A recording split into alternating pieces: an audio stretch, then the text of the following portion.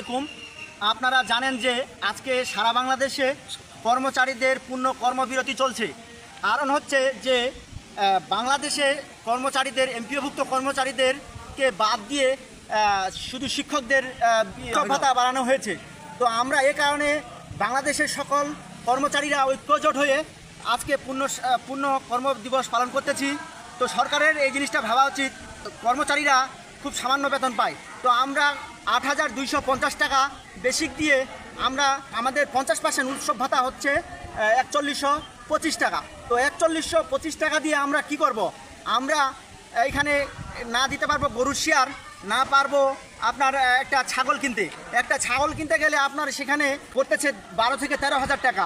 তো ৪১০০ টাকা দিয়ে একটা মুরগিও কুরবানি দেওয়া যাবে না। তো আমাদের উচিত যে এই সরকার হচ্ছে বৈষম্য বিরোধী সরকার। তো দেখা গেল যে বৈষম্য বিরোধী সরকার আপনার বৈষম্য দূর না করে সেখানে বৈষম্য তৈরি করে গেলেন।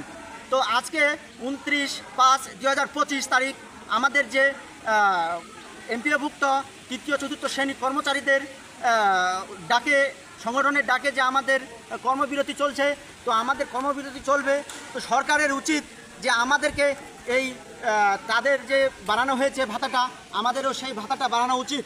তো আমাদের ৪১০০ টাকা দিয়ে আমরা না পারবো একটা মুরগি কুরবানি দিতে।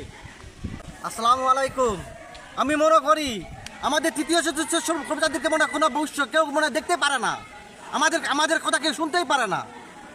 আমি মনে করি আমাদের ভাতা দিয়ে আমরা কি করবো? ছাগল কুরবানি দিব না মুরগি কুরবানি দিব? এটা কিছুই টাকা দিয়ে কিচ্ছু হচ্ছে না। আমি মনে করি সরকারকে আমরা অনুরোধ করি যেন আমাদের উৎসব ভাতা 100% করা হোক। না হলে সরকারের না, যদি আমাদের 100% বেতন না সরকার করে, তাহলে আমি মনে করি এই সরকারের কোনো বিবেচনাই নাই। আসসালামু আলাইকুম।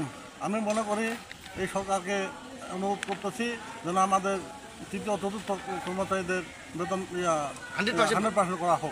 যেখানে শিক্ষকরা দেখেন আন্দোলন হইলো, আমরা দেখলাম যে শিক্ষকরা আন্দোলন করলো আমাদেরকে পুঁজি করে, সেখানে তারা বারবার উদাহরণ নিয়ে আসে যে ৮,২৫০ টাকা। এই ৮,২৫০ টাকায় পুঁজি করে শিক্ষকরা পাইলো আপনার উৎসব ভাতা। তো আমাদেরকে সরকার আসলে আমাদেরকে প্রথম দেওয়া উচিত 100%। তাদের বাড়াইলো 25 থেকে 50, আমাদের সেখানে ছিল 50, আমাদেরকে 50 থেকে 100 করা উচিত ছিল। তা না করে আমাদের 25%ও বাড়াইলো না। তো আমাদের দাবি মানতে হবে।